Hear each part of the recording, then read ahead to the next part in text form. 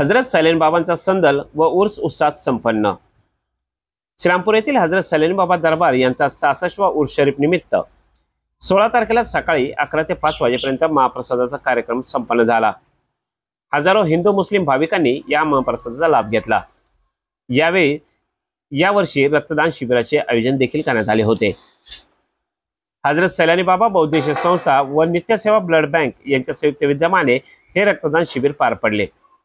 या शिबिराचे उद्घाटन आमदार हेमंत तात्या ओगले तसेच माजी उपनगराध्यक्ष करणदादा ससाने यांच्या हस्ते करण्यात आले।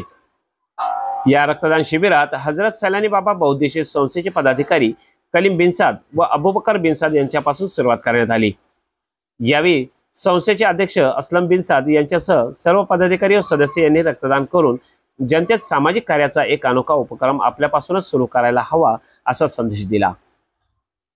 राज्यात अनेक ठिकाणी हिंदू मुस्लिम वाद पाहायला मिळत असताना या ठिकाणी मात्र हिंदू मुस्लिम एकतेचे प्रतीक हजरत सैलानी बाबा दरबार बहुउद्देशीय संस्था पदाधिकारी सदस्य यांच्या माध्यमातून सर्व धर्मीय लोकांनी रक्तदान करून हजरत सैलानी बाबा बहुउद्देशीय संस्थेच्या माध्यमातून एकतेचा संदेश दिला।